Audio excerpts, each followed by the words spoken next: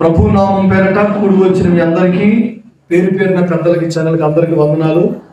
కొద్దిసేపు దేవుని మాటలు ఆలకించుదాం. బైబిల్ తెరవండి. సామెతల గ్రంథంలోని 28వ అధ్యాయం 20వ మాటను 20వ వాక్య భాగాన్ని చదువుతానండి. 20వ వాక్య భాగాన్ని చదువుతారా? నమ్మకమైన వానికి దీవెనలు మెండుగా కలుగుతాయి. దీవెన వేరు, మెండైన దీవెన వేరు. నీ వ్యక్తిగత జీవితంలో, కుటుంబంలో, వ్యాపారంలో, కాపురంలో, సంసారంలో, ఈ రోజున వ్యవసాయమైన దేవాది దేవుని దీవెన ఎలా ఉండాలని కోరుకోవాలి అంటే, దేవా మమ్మల్ని దీవించండి కాదు, మెండుగా దీవించండి ప్రభు అని. ఆమేన్. ఆయనకి ఏమైనా ఈ విషయం తెలియని విషయమా? ఏ విషయం? మెండైన దీవెన అనేది ఆయనకి తెలియని విషయమా? ఆయనకు అలవాటు లేని విషయం అంటే కాదు. ఆయనకు అలవాటే. ఎవరిని మెండుగా దీవించాడయ్యా అంటే, నమ్మకమైన వారిని మెండుగా ఆయన దీవిస్తున్నాడు కదా. ఇదే కదా బైబిల్లో మనం చదువుకున్న మాట, నమ్మకమైన వారికి దీవెనలు మెండుగా కలుగుతాయని. ఇది అక్షరాల నిజమేనా పాస్టర్ గారు అంటే, అక్షరాల నిజమే. దేవుడు తప్పనిసరిగా ఇస్తానంటే అవును, మెండుగానే ఇస్తానండి. ఎప్పుడు అంటే నమ్మకమైన వానికి. మరి దేవుడు ఎందుకు మెండుగా దీవిస్తున్నాడండి అంటే, నమ్మకంగా ఉంటే దీవిస్తాడట. ఏ విషయాల్లో మనం నమ్మకంగా ఉండాలి? ఒక వ్యక్తి దేవుని చేత మెండైన దీవెన పొందుకోవాలి అంటే ఏ విషయాల్లో నమ్మకంగా ఉండాలి? అతను ఆమె ఏ విషయాల్లో నమ్మకంగా ఉండాలి? ఈరోజు నా కుటుంబం ఏ విషయాల్లో నమ్మకంగా ఉంటే మెండైన దీవెన దేవుడు అనుగ్రహిస్తాడు అని బైబిల్ని అడిగితే బైబిల్ 2 విషయాలు మనకి బోధించింది. మొదటిది ఏంటంటే, దేవుడు మనకిచ్చిన తలాంతుల విషయంలో, చెప్పండి తలాంతుల విషయంలో నమ్మకంగా ఉండాలట. ఏంటంటే ఆ తలాంతులు అంటే, పాటలు పాడటం ఒక తలాంతు. ఆ తలాంతును వినియోగించుకోలేకపోయావా నీ జీవితంలో? అది మెల్లగా ఆ ఉండదు. అది పూడ్చిపెట్టుకున్నట్లే నువ్వు. నీ గొయ్యి తీయలేదండి, పార తీసుకురాలేదండి, పూడ్చిపెట్టలేదండి, లేదు నువ్వు దాన్ని వాడలేదు అంటే అది దేవుని దగ్గర నుంచి తీసేస్తాడు. తీసి ఏం చేస్తాడు? పారేస్తాడా? లేదు, కలిగిన వారికి ఇచ్చేస్తాడు. పాటలు పాడటం ఒక వరం, ఉపవసించి ప్రార్థన చేయడం ఒక వరం, దేవాలయంలో ప్రతిరోజు నిత్యము ఈ రోజున ఆ ప్రార్థన కొనసాగించడం, ఆ ప్రార్థన సరపడం ఒక వరం. అది దేవుడిచ్చిన వరాలు. ఇప్పుడు అతనికి ఏదో ఉద్యమం వచ్చేసింది, ఈమెకి ఏదో ఉద్యమం వచ్చేసి ఇలా చేసేస్తున్నాడు అనుకోకండి. అది దేవుడిచ్చిన వరం. ఆ తలాంతుని ఎవరైతే కాపాడుకుంటారో దేవుడు మరొకటి ఇస్తానే ఉంటాడు. లేదు, నీకు పాటలు పాడడం వచ్చినా నువ్వు సమయానికి వచ్చి సావు, పాడి సావు. నీకు ప్రార్థన చేయడం వచ్చినా సరే, మోకరించి దేవుని సందులో కాసేపు ప్రార్థన చేయడానికి దేవుడు నామంతో అనేక సమస్యలు ఉన్నా సరే, నీకు తెలిసినా సరే ఆ తలాంతుని వాడవు. అప్పుడు ఏం చేస్తాడు దేవుడు? ఆ ప్రార్థన తలాంతుని నీ వల్ల కాదు మరలా ఆ ప్రార్థనలో ఉండడం. కాసేపు కూడా ప్రార్థనలో ఉండలేవు. నీకు ఎక్కడ లేని నొప్పులు వచ్చేస్తాయి. ఇక ప్రార్థన తలాంతు పోయిన తర్వాత, కరెంటు పోయిన తర్వాత ఫ్యాన్ ఎట్లా తిరుగుతుంది? తిరగదు కదండి. లైట్ ఎట్లా వెలుగుద్ది? నీకు పోయిన తర్వాత నువ్వు ప్రార్థన చేయలేవిక.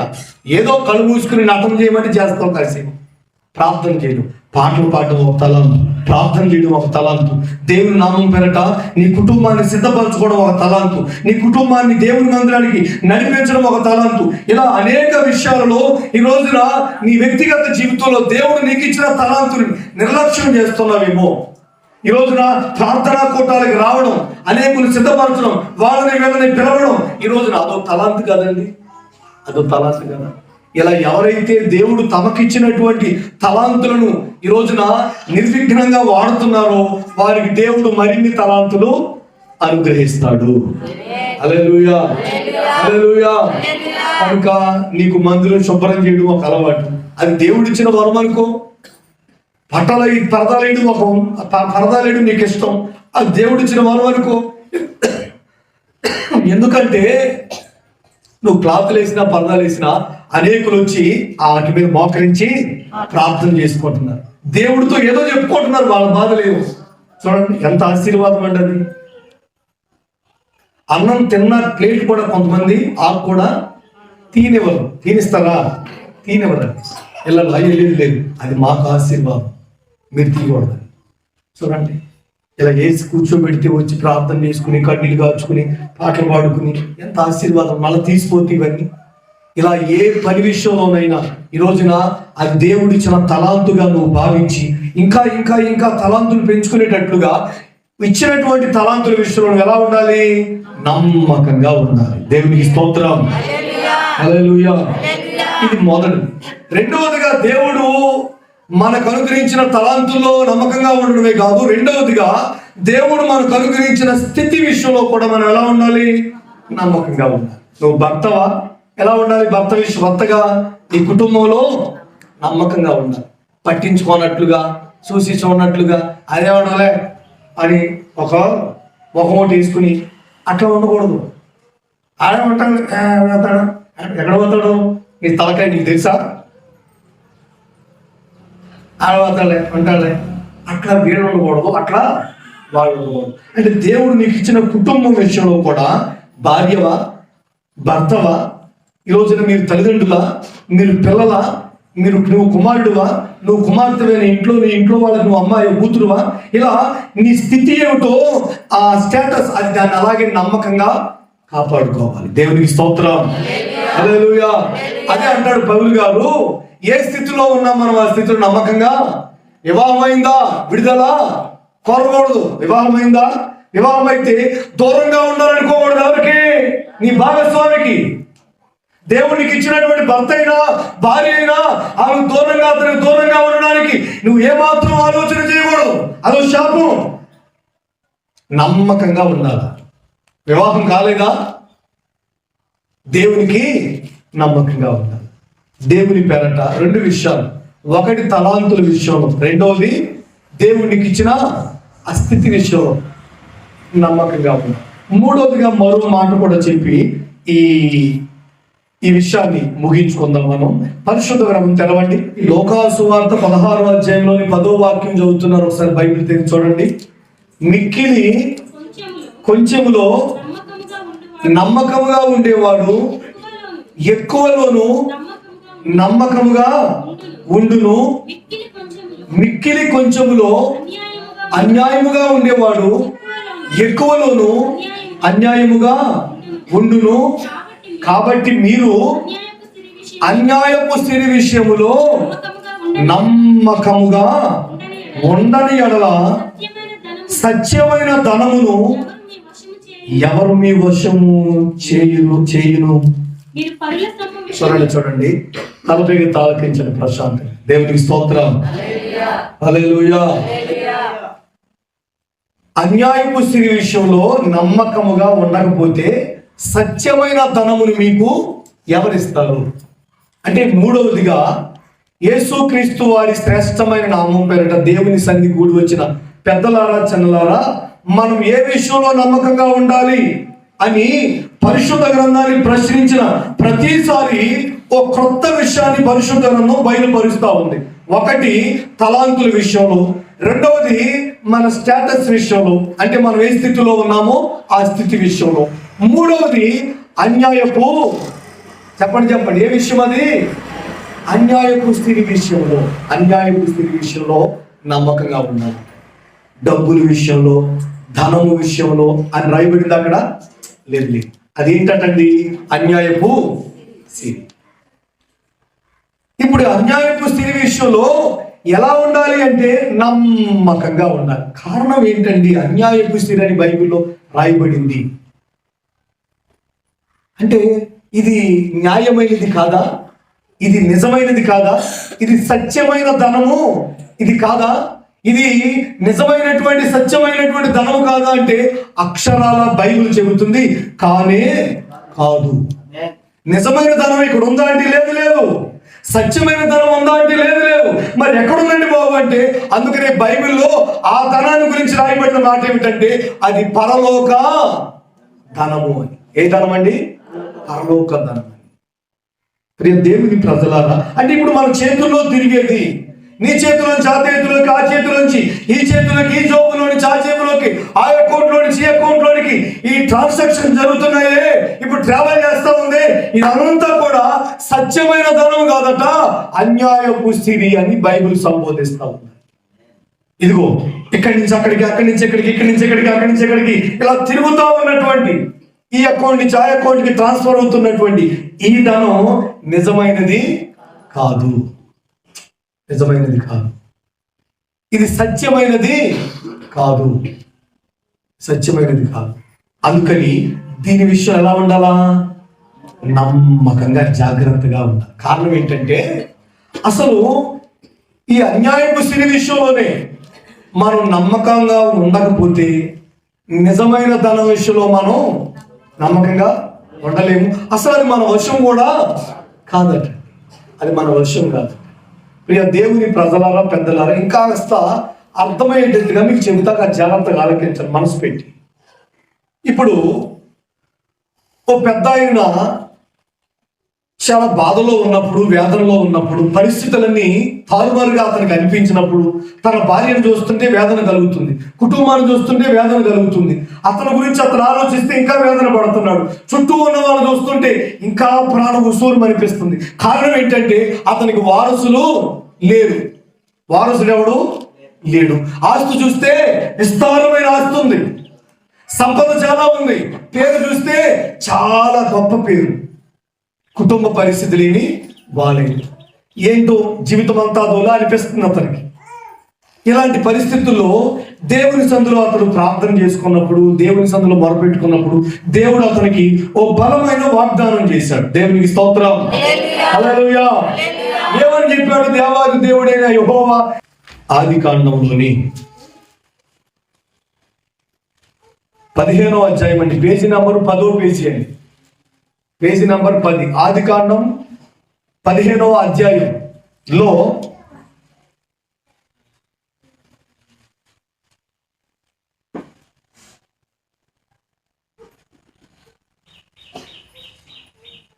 దేవాది దేవుడిని యెహోవా, ఈ దేశాన్ని నీకు స్వతంత్రింపజేస్తున్నాను, ఈ దేశాన్ని నీకు ఇవ్వబోతున్నాను అని దేవుడు చెప్పినప్పుడు ఆ వాగ్దానాన్ని దేవుడు నమ్మి, ఆ వాగ్దానాన్ని దేవుడు ఇచ్చిన వాగ్దానాన్ని నమ్మిన తర్వాత ఇప్పుడు 8వ వచనం చదువుతారా? అతడు ప్రభువైన యెహోవా, నేను దీన్ని స్వతంత్రించుకొనిదనని నాకెట్లు తెలియననగా ఆయన 3 ఏండ్ల పియ్యను, 3 ఏండ్ల మేకను, 3 ఏండ్ల పొట్టేలును, ఒక తెల్లగువ్వను, ఒక పావురపు పిల్లను నా యొద్దకు తెమ్మని అతనితో చెప్పాడు. ఇదంతా అర్పణ, హల్లెలూయా. ఇవన్నీ బలి అర్పణగా దేవుని సంఘంలో వీటిని అర్పించాల్సినవి. 3 ఏండ్ల పెయ్యి, 3 ఏండ్ల మేక, 3 ఏండ్ల గొర్రె, లేదంటే తెల్ల గువ్వ, పావురపు పిల్ల, ఇవన్నీ దేవునికి ఇవ్వాల్సిన అర్పణ. అవన్నీ డైరెక్ట్ గా దేవుడు చెప్పేశాడు. చెప్పాడు లేదా?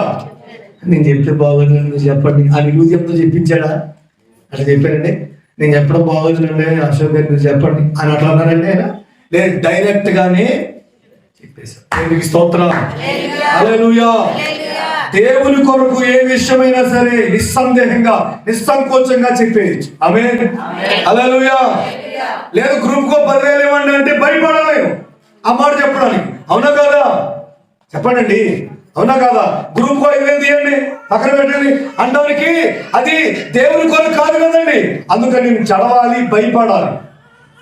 ఆ డబ్బు తర్వాత ఏమవుతుందో, అన్యాయపో సొమ్ము ఏమైపోతుందో అందానికి భయపడాలి.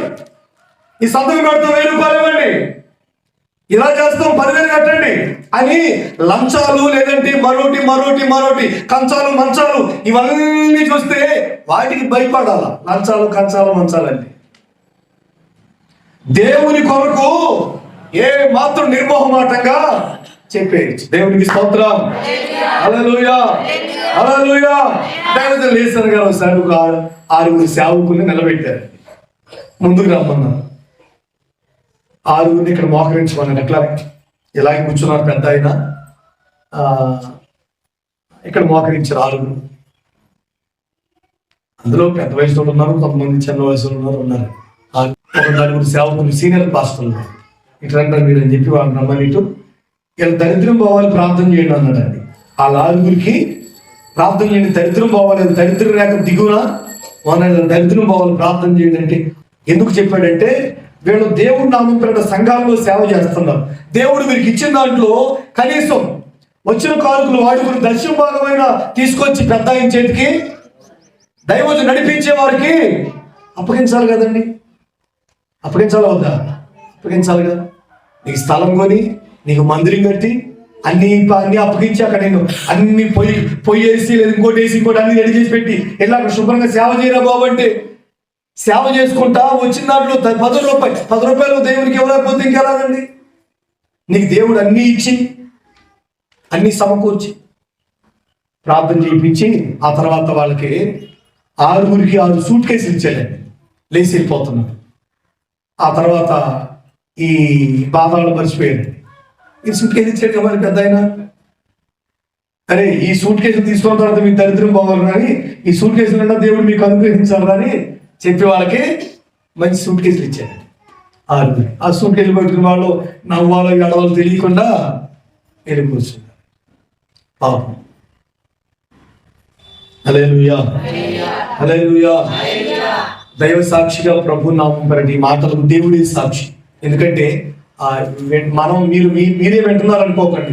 ఎక్కడ 2-3 కూడి ఉంటారో వారి మధ్యలో ఆయన ఉంటాడు. నేను 1000 రూపాయలు ఇవ్వాల్సిన దగ్గర 2000 ఇచ్చాను. దేవునికి స్తోత్రం కలుగును గాక. 1000 రూపాయలు ఇవ్వాల్సి సరిపోతున్నా, 1000 రూపాయలు ఇస్తే చాలు నేను. కానీ నేను 2000 ఇచ్చేవాడిని. మనం ఎంత విత్తితే అంత వస్తాడు. కొంచెం విత్తువాడు కొంచెంగానే వస్తాడు, విస్తారంగా విత్తేవాడు విస్తారంగా వస్తాడు. నీకు ఎంత ధాన్యం కావాలి అనుకుంటే ఎకరానికి ఎంత కావాలి అంటే అన్ని విత్తుకోవాలా? ఎకరంలో ఈ రోజున 10 సెంట్లు సరిపడే విత్తనాలు అయితే 10 సెంట్లు సరిపడగానే కాస్తాయి.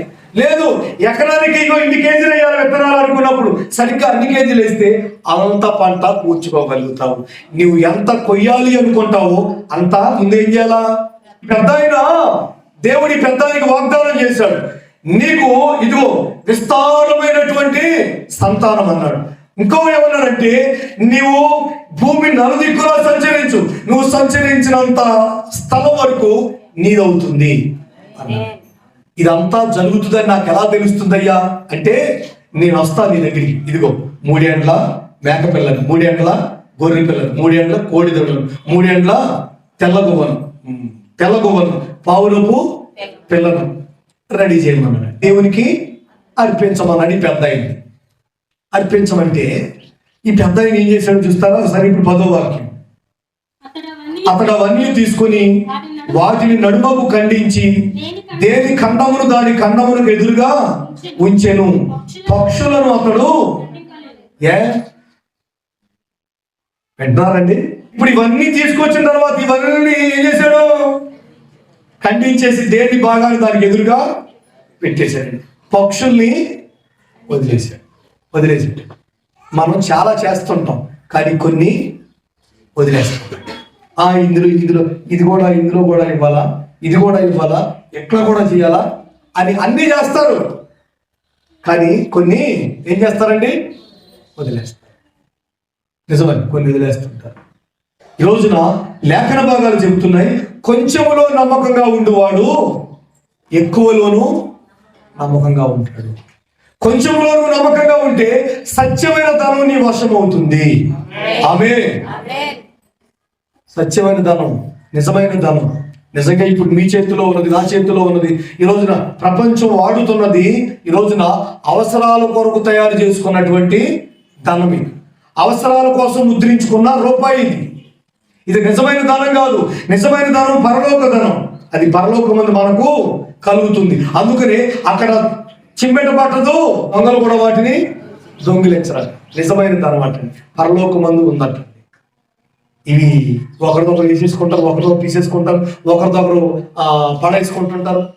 అందుకని అన్యాయం అంటున్నాడు.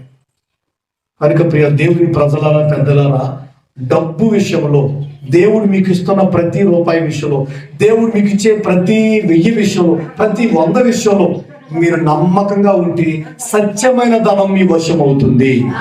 ఆమేన్. ఇవన్నీ చేశాడట, పక్షులను ఖండించలేదట. అన్ని ఇస్తారండి, ఎక్కడో చోట దాన్ని ఏం చేస్తారు? మూల ఆపేస్తారండి. అచ్చంది. ఆయన ఇవ్వకపోతే ఏం కాదులే, ఇవన్నీ పట్టించుకుంటారంటే పట్టించుకుంటాడు ఆయన. మేకతోడని మేకపిల్లని, గొర్రె పిల్లని, కోడి తోడను, తెల్లబొమ్మను ఇన్ని ఖండించి అక్కడ పెడితే దేవుడేమో దేని వైపు చూస్తున్నాడు? పక్షిని ఖండించలేదేంటి ఈయన? ఆ విషయంలో ఇవ్వలేదేంటి ఈమా? ఆ విషయంలో మాట్లాడలేదేంటి ఇంతవరకు కూడా? ఇతను ఏం చేస్తున్నాడు అసలు? అందులో కానుక తెలియదేంటి? వీళ్ళు ఆలోచిస్తాడు ఆయన, పట్టించుకుంటాడు ఆయన. అందుకని అంటున్నాడు కొంచెములో కూడా ఎట్లా ఉండాలంటండి? నమ్మకంగా ఉండాలి. దేవుని ప్రజలారా, పెద్దలారా, వ్యక్తిగత జీవితాలు ఒకసారి బాగా గమనించండి. పెద్ద ఆయన పౌలు గారు అంటాడు, సంఘానికి ఇలాంటి విషయాలు మొహమాటం లేకుండా చెబుతూ, సంఘానికి ఇలాంటి విషయాలు ఓపెన్ గా చెబుతూ, కానుక విషయంలో, దశంభాగాల విషయంలో, మరో విషయాల్లో ఓపెన్ గా నిర్మోహమాటంగా కొండ బద్దలు కొట్టినట్లుగా ఇలాంటి విషయాలు సంఘానికి చెబుతూ పౌలు గారు అంటాడు, బాయ్ నాకేదో తక్కువైందని ఇలాంటి విషయాలు చెప్తున్నారు అనుకుంటున్నారేమో. లేదు, అన్ని విషయాల్లో దేవుడు మాకు సమృద్ధిని ఇచ్చాడు. ఒకవేళ ఇవ్వకపోయినా మేము సంతృప్తిగా ఉండగలం. లేమిలోను కలిమిలోను మేము దేవ స్థితిలోను ఉన్నత స్థితిలో కూడా ఉండనెరుగుదుము. ఎలా ఉండాలో మాకు తెలుసు. కానీ మీకు మేలు కలగాలని, మీకు దీవెన కలగాలని, మీరు ఆశీర్వదించబడాలని, పరిస్థితులు మార్చబడాలని, ఇవన్నీ మీ ప్రయోజనం కొరకే చెబుతున్నానయ్యా అని ఈ మాట కూడా చెబుతాడు పెద్ద అయిన పౌలు గారు. ఎక్కడో చిన్న పొరపాటు ఏంటంటే, పక్షులను మనం కొన్ని వదిలేస్తుంటాం. చిన్న మనం పట్టించుకోకుండా వదిలేస్తుంటాం. ఇది మనకి వదిలేసిన దానికి ఏమొచ్చేస్తుంది? మనకి ఇప్పుడు గాఢ నిద్ర వచ్చేస్తుంది. వచ్చేసిందా లేదా? వచ్చేసింది, గాఢ నిద్ర వచ్చేసింది. కనుక దేవుని పేరట దేవుడు మీకు ఇచ్చిన వాటిలో కొంచెంలో కూడా మీరు నమ్మకంగా ఉంటారు. ఒకసారి బైబిల్ గ్రంథం చూద్దాం. ఒకసారి కొరింథీయులకు రాసిన 2వ పత్రిక అండి, 9వ అధ్యాయం 6వ వాక్యం తీస్తారా? కొంచెముగా విత్తువాడు కొంచెముగానే పంట కోస్తాడు. సమృద్ధిగా విత్తువాడు సమృద్ధిగా పంట కోస్తాడు. విన్నాం కదా? కొంచెంగా విత్తువాడు కొంచెంగానే పంట కోస్తాడు. లేఖన భాగాలు చెబుతున్నాయి, అడవి తగలబడిపోవడానికి నిప్పులు వర్షం కురవక్కర్లేదు. ఒక చిన్న నిప్పు చాలండి. పెద్ద అగ్ని వర్షం కురిస్తే అడవి తగలడదు అనుకునేది లేదు. చిన్న నిప్పు చాలు, అడవి మొత్తం. చిన్న పొరపాటు, చిన్న తప్పిదం నీ వ్యక్తిగత జీవితంలో కొంచెంలో కూడా నువ్వు ఎలా ఉండాలి? నమ్మకంగా ఉండాలి. దేవునికి స్తోత్రం. హల్లెలూయా. మీరు కొంచెమే కదా అనుకుంటున్నారేమో గమనించండి. చిన్న విషయాలు అనుకుంటున్నారేమో గమనించండి. అన్యాయపు స్థితి విషయంలో దేవుడు మీకు చేతికి ఇచ్చినటువంటి ప్రతి రూపాయి విషయంలో మీరు కొంచెము అని తీసి ప్రక్కన మారేస్తున్నారేమో, వాటి నిర్లక్ష్యం చేస్తున్నారేమో. ఏ మాత్రం నిర్లక్ష్యం, దయచేసి అశ్రద్ధ వద్దు. కారణం ఏంటంటే, కొంచెము అనే దాని విలువ ఎంతో మీకు తెలియాలి అంటే అబ్రహాం గారిని అడగండి. ఒక చిన్న పక్షి అని వదిలేశాడంట. గాఢ నిద్ర పట్టేసి కొంచెమే కదా అనుకున్నారట. ఇంకొంచెం వేసుకుంటే బాగుండేదేమో, అది ఏమైంది అనుకుంటే కొంచెం నూనె ఉంటే సరిపోయేదా అంటే అక్షరాల సరిపోయేది. కొంచెం అనే దాని విలువ ఎంత అంటే, ఆ బుద్ధి లేని కన్యకలు అడగని చెబుతారు. 5 వెళ్ళిపోయారు, 5 ఉండిపోయారు. ఏమి అంటే వీళ్ళకి అందచందాలు లేవా అంటే, జ్ఞానం లేదా అంటే, వీళ్ళు తయారవ్వలేదు, రెడీ అవ్వలేదా అంటే లేదు. అంత ముస్తాబయ్యారు. పెళ్లి కుమార్తెల మాదిరిగా అక్కడికి వచ్చారు, ఎదురు చూశారు. అన్ని మామూలే. ఏమున్నాయి? ప్రమిదలు ఉన్నాయి, చేతిలో ప్రమిదలు ఉన్నాయి. ఒత్తులు ఉన్నాయా? ఒత్తులు ఉన్నాయి. అప్పుడు దాకా వెలిగింది, ఆ తర్వాత ఆరిపోయింది. ఎందులో బాబు అంటే ఇంకొంచెం నూనె ఉంటే ఆయన వచ్చేదానికి వెలుగుతూ ఉన్నాయనుకోండి, వెళ్ళిపోయేదని. జస్ట్ మిస్ అనమాట. కొంచెమే కదా అనుకుంటున్నారేమో. కొంచెాన్ని మాత్రం నిర్లక్ష్యం చేయకండి. ప్రభు నామం పేరట ఆ కొంచెమే సరిపోతే కనుక బుద్ధి లేని కన్యకలు, బుద్ధి లేని వారు అనే పదం బైబిల్లో ఉండేది కాదు. అందరూ బుద్ధి కలిగిన వారిగానే ఉండేవారు. వీళ్ళు కూడా దేవునితో పాటు ఆ పెళ్లిశాలకు వెళ్ళిపోయేవారు. కొంచెం నిర్లక్ష్యం, కొంచెం అనుకుంటున్నారేమో. ప్రభు నామం పేరట ప్రియ దేవుని ప్రజలారా, లేఖన భాగాలు చెబుతున్నాయి, ఏ మాత్రం నిర్లక్ష్యం చేయొద్దు.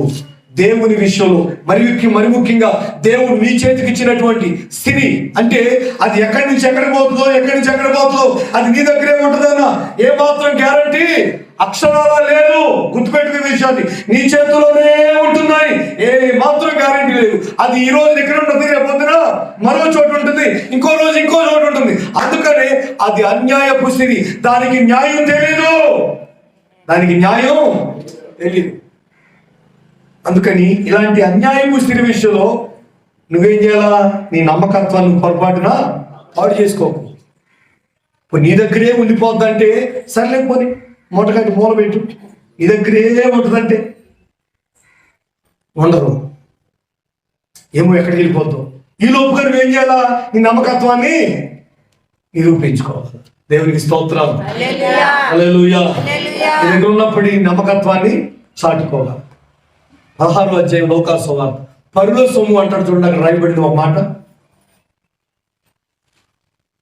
లోకాసు వార్త 16వ అధ్యాయం అండి.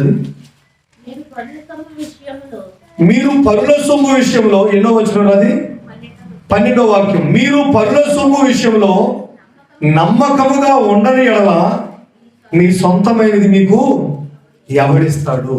ఇది ఎవరి సొమ్ము అంటే నాది అనుకోవడానికి ఏమీ లేదు. ఏమో రేపు ఈరోజు మన దగ్గర రేపు పొద్దున ఇంకో దగ్గర ఉంటుంది. ఇది పరుల సొమ్ము, ఎక్కడెక్కడి నుంచి ఎన్నెన్నో తిరిగి నీ దగ్గరికి వచ్చింది. నువ్వు నమ్మకంగా ఉంటున్నావా? ఇంకొకటి, అప్పుడప్పుడు మన వాళ్ళు ఆ కాస్త కోపంలోనో, లేదంటే గిన్నెలు తోముకుంటాను, బట్టలు తోముకుంటాను, లేదంటే మరలతో మాట్లాడతాను, లేదంటే తోటికోడలతో మాట్లాడతాను, అత్తగారితో మాట్లాడతాను, పక్కింటి వాళ్ళతో మాట్లాడతాను, పొలం కొట్టి మాట్లాడతాను, మాట అంటారు. అరే నా సొమ్ముతున్నవాడు ఎవడు? అరే నేను చాలా చెప్తున్నాను రా, నా సొమ్ముతున్నవాడు ఎవడు? చెప్పండి గట్టిగా. బాగుపడ్డాడండి? బాగుపడలేదంట. ఈమె చాలా చూసాడంట, ఈమె చాలా చూసిందట. మరి ఇప్పుడు నా సొమ్ము తిన్న వాళ్ళు ఎవరు బాగుపడరు, నా కష్టాన్ని తిన్న వాళ్ళు ఎవరు బాగుపడరు, నా రూపాయి తిన్న వాళ్ళు ఎవరు బాగుపడలేరు. నేను చూశాను, కళ్ళజోడు కూడా పెట్టాను చూస్తాకి. సరే మంచిది, కళ్ళజోడు కూడా పెట్టి చూస్తున్నాం.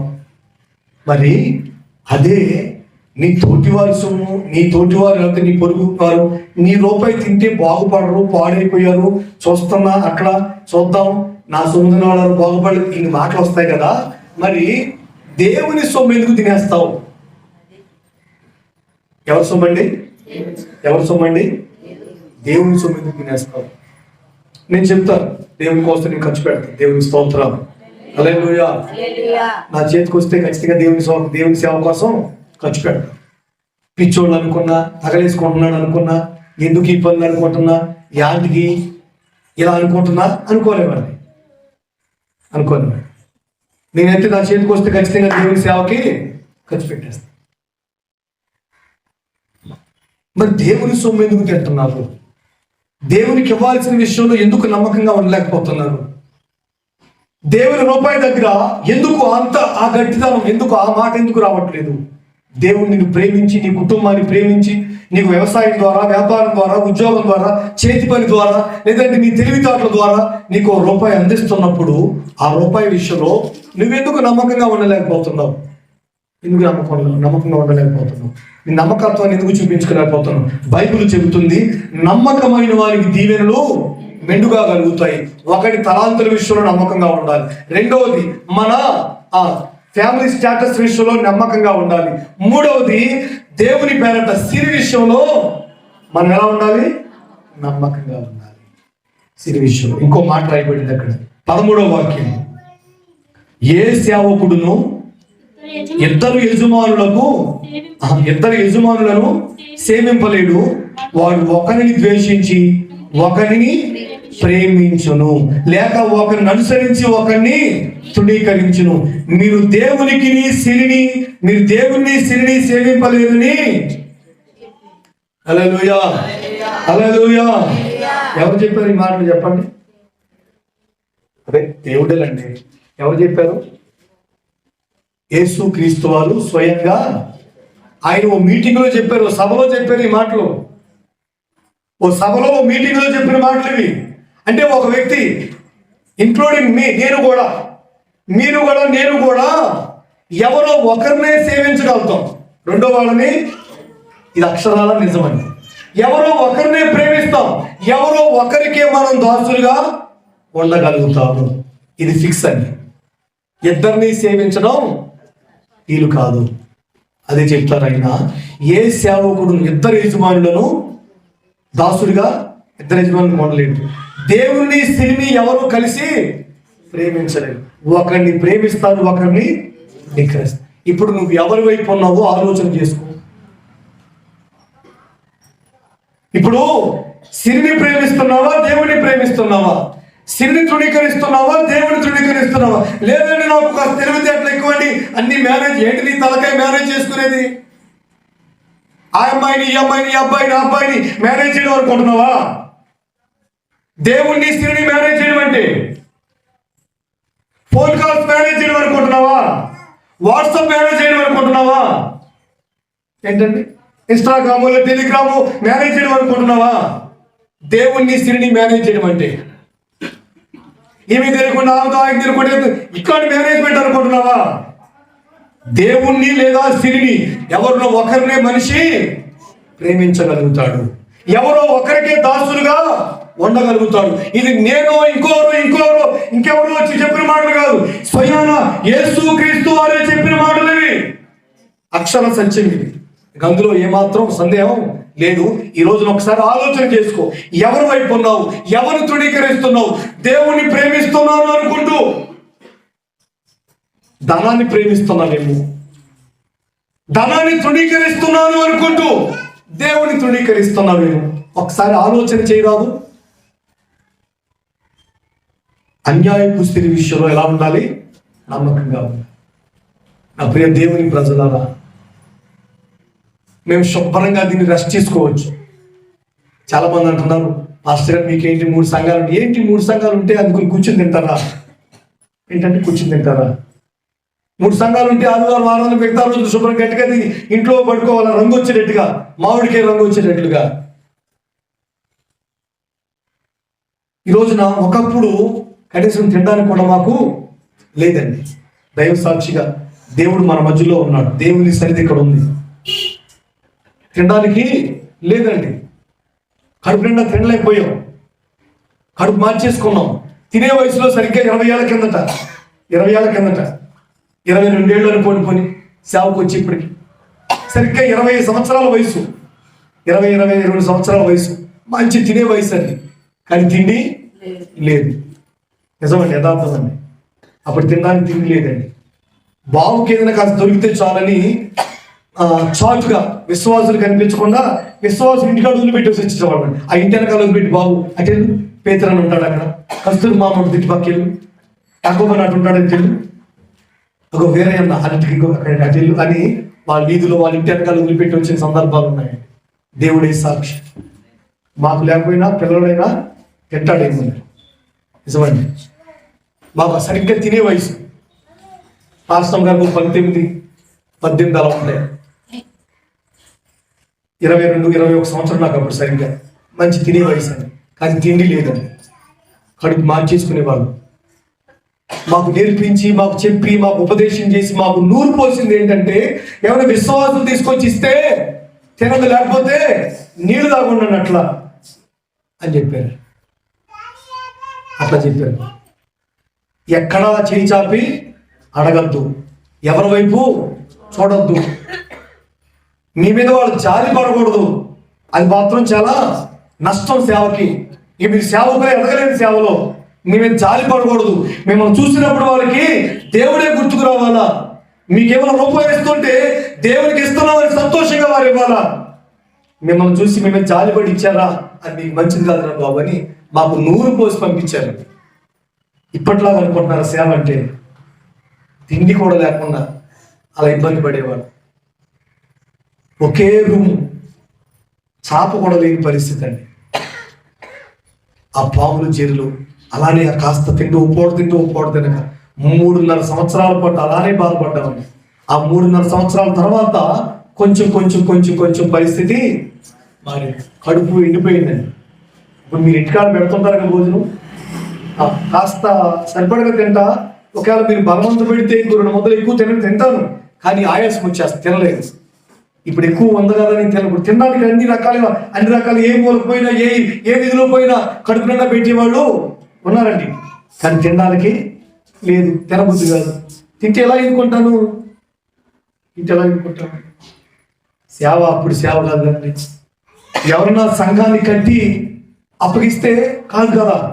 యేసయ్య గారు అట్లా ఇవ్వలేదు, మాకు సంఘాన్ని కట్టి అప్పగించలేదు.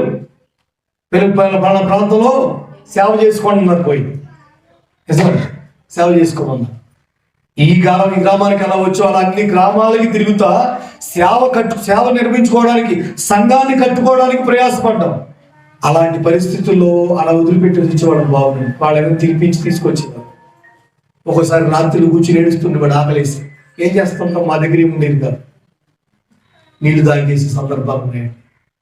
ఏదో తీసుకుని అలా కడుపు నింపుకునేవాళ్ళు. అలాంటి పరిస్థితుల్లో దేవుని విషయంలో, దేవుడు మనకి ఇచ్చిన ప్రతి రూపాయి విషయంలో నమ్మకంగా దేవుని పేరట ఉండగలిగాం. ఆమేన్, హల్లెలూయా. పెద్ద ఆయన నోట విన్నాం, మేము చేసిన విషయాల్లో దేవుడు మీరు ఎంత చేశారు, దేవుడు మీకు అంత ఇస్తాడు రా బాబు, జాగ్రత్తగా సేవ చేసుకోండి అని చెప్పి దేవుని స్తోత్రం. హల్లెలూయా. ఒక ఆటోలో వెళ్తున్నాం కేసర్ గారిని. వేరే హాస్పిటల్లో కాకుంటే బీజాపూర్ అని కర్ణాటకలో బీజాపూర్ అని అదొక ఏరియా. మనకి ఏలూరు ఎలాగండి, అలా పెద్ద సిటీ బీజాపూర్ అని. అక్కడ సభలు పెట్టినప్పుడు ఒక ఆవిడకి ఆరోగ్యం బాగోకపోతే 2008లో ప్రార్థన చేయడం, 14 సంవత్సరాలు అవుతుంది. ప్రార్థన చేయడానికి వెళ్తున్నప్పుడు నన్ను తీసుకువెళ్ళారు. అప్పుడు చెప్పారు, నువ్వు ఎంతగా దేవుడికి చేస్తున్నావో, దేవుడికి ఎంతగా ఇస్తున్నావో అంత దేవుడు నీకు చేస్తాడు. నేను ఇక్కడ బండి కోసం 12,000 రూపాయలు పోగు చేసి ఇచ్చానండి. బండి నిమిత్తం 12,000 రూపాయలు సంఘం దగ్గర అందరూ ఇస్తే, ఇక్కడ ఆసాన్ గుడి వాళ్ళు కూడా ఇచ్చారు. ఇస్తే అవి తీసుకెళ్ళి అక్కడ ఇచ్చాను ఈసాన్ గారు. బండి కోసం ధర్మాజుల్లో బండి కావాలి. నేను వెళ్ళిపోయిన తర్వాత ఇక్కడ బండి వచ్చింది. నేను వెళ్ళిపోయిన తర్వాత ఇక్కడికి సిస్టమ్ వచ్చింది. నేను వెళ్ళిపోయిన తర్వాత మందిరం అన్ని దేవుడు ఇచ్చాడు. పడిన ప్రయాస అర్థం కాదు కదండి. అక్కడికి వెళ్ళిన తర్వాత నేను 12,000 రూపాయలు ఇస్తే అక్కడ మంచి బండి కొని పెట్టాను. దేవునికి స్తోత్రం. ఆ రోజు ఆటోలో చెప్పాడు, నువ్వు వెళ్ళు మంచిగా సేవ చేసుకోకుండా నేను బండి పంపిస్తానని హుబ్లీకి సెంటర్కి ఫోన్ చేసి దేవరాజుకి బండి ఇప్పించండి అని చెప్పి ఆ పాస్టర్ చెప్తే బండి పంపించాను. దేవుని ప్రజలారా, మనం ఎక్కడున్నా, అడవిలో ఉన్నా సరే నమ్మకంగా మనం దేవుని విషయంలో, దేవుని రూపాయి విషయంలో నమ్మకంగా ఉంటే దేవుడు వర్షంలా కురిపిస్తాడు. ఆమేన్, హల్లెలూయా. ఆ దేవుని పేరట మీరు సిరి విషయంలో, ధనం విషయంలో, దేవుడు మీకు ఇచ్చే ప్రతి రూపాయి విషయంలో మీరు నమ్మకంగా ఉండగలిగితే అక్షరాల దేవుడు మీకు సత్యమైన నిజమైన ధనాన్ని మీ వశం చేస్తాడు. ఆమేన్. అది ఎవరు దొంగిలించేది కాదు, ఎవరో పేరులో వేసేసుకునేది కాదు, అది చిమ్మెట్ట కొట్టదు, మిడతలు తినవు, ఏ మాత్రం పాడైపోయేది, తరిగిపోయేది కాదు. కనుక సత్యమైన ధనం దేవుడు మీకు అనుగ్రహించినట్లుగా దేవుడు మీకు ఇచ్చే ప్రతి రూపాయి విషయంలో మీరు నమ్మకస్తులై ఉండండి. నా దేవుడు బహుగా మెండుగా మిమ్మల్ని దీవించును గాక. ఆమేన్. తలవంచండి.